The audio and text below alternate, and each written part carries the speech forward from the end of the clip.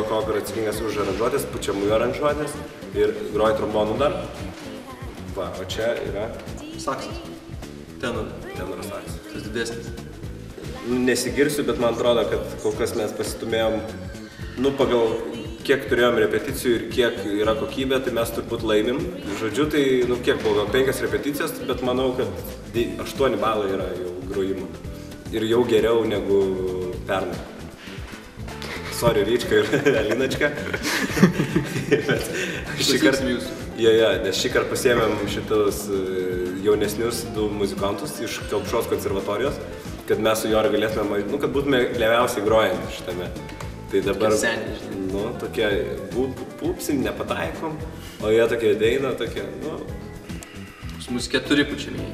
Mes dar kiti 2. Trombonas, saksas, dar vienas saksas altas ir trimitas. Bet, 4 vis tą fainiau, 4 skaičius yra tas, kur, atvirkščiai, 4 blogas skaičius šiaip, nes, laidotuvėse, žinai, kai, tipo, 4 gėlės, 4 rožės. Bet gal ir toksai.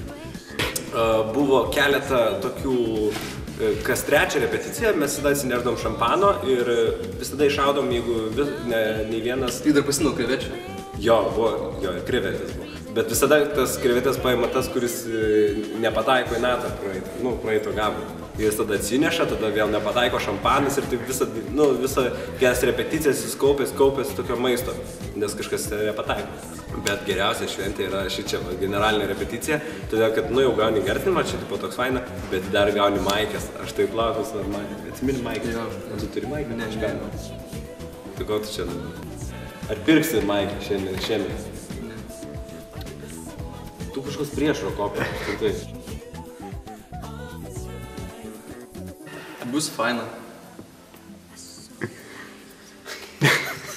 Bus geriau negu sėdėti mūsų penktadienio vakarą. Čistai, jo. Šiemet bus gana nemažai kūrinių, kur pučiamieji duos tokios jėgos. Taip.